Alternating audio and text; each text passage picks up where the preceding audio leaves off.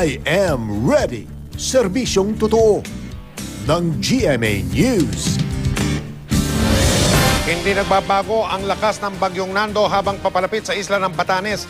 Alamin natin mula sa ating resident meteorologist, ang ating ekspertong totoo, ayan na po siya, si Ginoong Nathaniel Cruz. Magtani? Mike, dahil nga sa bagyong Nando, nakataas pa rin ang storm signal number 2 dyan sa Batanes Group of Islands. Habang nananatili naman ang signal number 1 dyan sa probinsya ng Cagayan, kasama ang Calayan at Babuyan Group of Islands at pati na probinsya ng Apayao at Isabela. Kaya pinag-iingat po ang mga residente dyan sa posibleng flash floods at landslides. Huling namataan ng Pag-asa ang sentro ng bagyong Nando sa layong 220 kilometers sa may hilagang silangan ng Apari, Cagayan. At napanatili nga nito ang lakas na aabot sa 75 kilometers per hour near the center at bugsong hanggang 90 kilometers per hour. Kumikilos ito pahilaga, hilagang silangan o hilagang kanluran sa bilis na 15 kilometers per hour. At sa track ng Pag-asa, sa Huwebes ng gabi, posibleng lumabas ng Philippine Area of Responsibility ang sentro ng bagyo.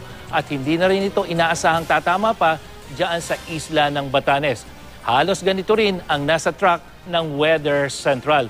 Pero palalakasin pa rin ng bagyong Nando ang hanging habagat, pero hindi naman ito kasing lakas tulad ng dumaan ng bagyong Maring. Dahil po yan sa isang low pressure area na nasa may West Philippine Sea. Magtani, yung low pressure area na yan, pati na yung epekto sa bagyong Nando, posible bang magsanib yung dalawang yan, Magtani?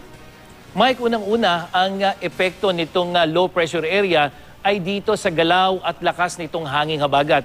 Kung makikita natin itong forecast wind map ng Weather Central para bukas yan, alas 5 ng hapon, makikita natin na nandito pa yung sentro ng low pressure area at yung hanging habagat, imbis na tuloy-tuloy na pumunta dito sa sirkulasyon itong bagyong si Nando, ay nahati yan, nade-deviate at yung iba ay pumupunta dito nga sa sirkulasyon ng low pressure area na maganda para sa atin dahil kahit papano nababawasan yung moisture na dala-dala nitong hanging habagat na ito.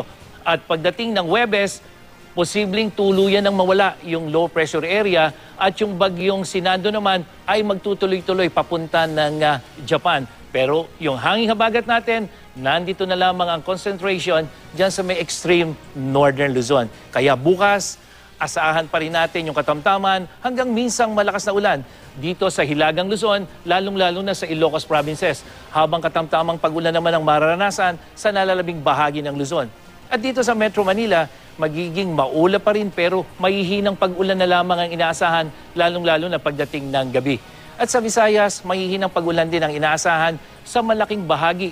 Hindi rin gaanong maulap, lalong-lalo na dito sa may central section. Magiging maayos din ang panahon bukas sa malaking bahagi ng Mindanao at kung sakali maumulan, hindi ito kalakasan, liban na lamang kung may mabubuong thunderstorm. Samantala, nakataas pa rin ang gale warning ng Pag-asa para yan sa eastern at western seaboards ng Luzon dahil pa rin sa hanging habagat. Kaya iwasan muna po ng mga maliliit na sasakyang pandagat yung mga nabanggit na baybayin.